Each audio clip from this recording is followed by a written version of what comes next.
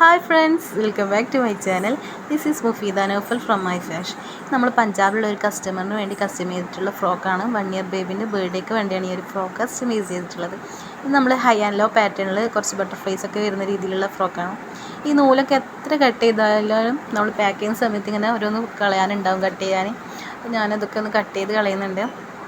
നമ്മൾ സ്റ്റിച്ച് ചെയ്യുന്ന സമയത്ത് കുറേ കട്ട് ചെയ്ത് കളയുന്നുണ്ടാവും, പക്ഷെ എന്നാലും എവിടെയൊക്കെ എങ്ങനെയെങ്കിലും എന്തെങ്കിലുമൊക്കെ മിസ്സായി പോകുന്നുണ്ടാവും. അപ്പോൾ അതൊക്കെ ഒന്ന് കട്ട് ചെയ്ത് നീറ്റായിട്ടൊന്ന് മടക്കി വെക്കുന്നുണ്ട്.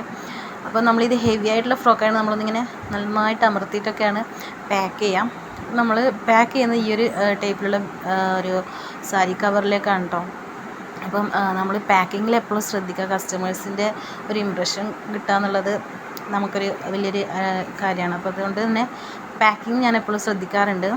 അപ്പോൾ ഇങ്ങനെ പാക്ക് ചെയ്യുന്ന സമയത്ത് ഇതിൻ്റെ കൂടെ ഞാൻ ഹെയർ ബാൻഡും കൂടെ വെച്ചിട്ടുണ്ടായിരുന്നു. അതിങ്ങനെ മിസ്സായിപ്പോയി. ഞാൻ വിചാരിച്ചെന്താ കാണുന്നില്ലല്ലോ, അങ്ങനെ ഞാൻ ഒന്നും കൂടെ നോക്കിയ സമയത്താണ്. എനിക്കെപ്പോഴും സംഭവിക്കാറുണ്ട് ഇങ്ങനെ പാക്ക് ചെയ്യുന്നതിൻ്റെ ഇടയിൽ നമ്മൾ ഹെവി ആയിട്ടുള്ള ഫ്രോക്കൊക്കെ ആണെങ്കിൽ അതിൻ്റെ കൂടെ തന്നെ ആക്സസറീസൊക്കെ ഒന്ന് വെച്ചിങ്ങനെ പോകും. അപ്പം ചില സമയത്ത് ഞാൻ രണ്ടാമതൊക്കെ ചെയ്തിട്ടുണ്ട് ഇതുപോലെ കാണാത്തതുകൊണ്ട്. അപ്പം അങ്ങനെ ഞാൻ ഒന്നുകൂടെ നോക്കിയെടുത്ത് അതൊന്നും കൂടെ സെറ്റ് ചെയ്ത് വെച്ചിട്ടുണ്ട്. പിന്നെ ഇത് ഓർഗൻസ ഫാബ്രിക്കിലാണ് കേട്ടോ ഈ ഒരു ബിഗ് സൈസുള്ള ബോ ചെയ്തിട്ടുള്ളത്, കുറച്ച് ബഫ് ചെയ്ത് നിൽക്കാൻ വേണ്ടി. പിന്നെ നമ്മൾ നെറ്റ് ഫാബ്രിക്കിൽ തന്നെ റിമൂവ് ചെയ്യാൻ പറ്റുന്ന ഒരു രീതിയിലുള്ള ടെയിലും കൂടെ ആഡ് ചെയ്തിട്ടുണ്ട്. നമ്മൾ ഓൾറെഡി ഇതിൻ്റെ പിങ്ക് ഷെയ്ഡ് ചെയ്തിട്ടുണ്ടായിരുന്നു. അപ്പോൾ അത് കണ്ടിട്ടാണ് ഈ കസ്റ്റമർ ഈ ഒരു ഫ്രോക്ക് ഓർഡർ ചെയ്തിട്ടുള്ളത്. അപ്പം കളേഴ്സൊക്കെ നമ്മൾ അയച്ചു കൊടുത്തു. അങ്ങനെ ഈ ഒരു ബോട്ടിൽ ഗ്രീൻ കളർ അവർ ചൂസ് ചെയ്തു.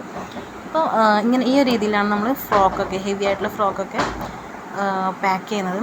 പിന്നെ എക്സ്ട്രാ ഉള്ള എയറൊക്കെ കളയണം. നമുക്ക് നമ്മൾ ഷിപ്പിംഗ് ചാർജ് കുറക്കാൻ ഇതൊക്കെ ചെയ്യാൻ പറ്റും. നമ്മളിങ്ങനെ നന്നായിട്ട് ഇങ്ങനെ ഡ്രസ്സൊക്കെ ഇങ്ങനെ അമർത്തിയിട്ടൊക്കെ കൊടുക്കുന്നതിനേക്കാളും ഒന്ന് നല്ല രീതിയിൽ തന്നെ പാക്ക് ചെയ്തിട്ട് കൊടുക്കുന്നത് നല്ലതായിരിക്കും.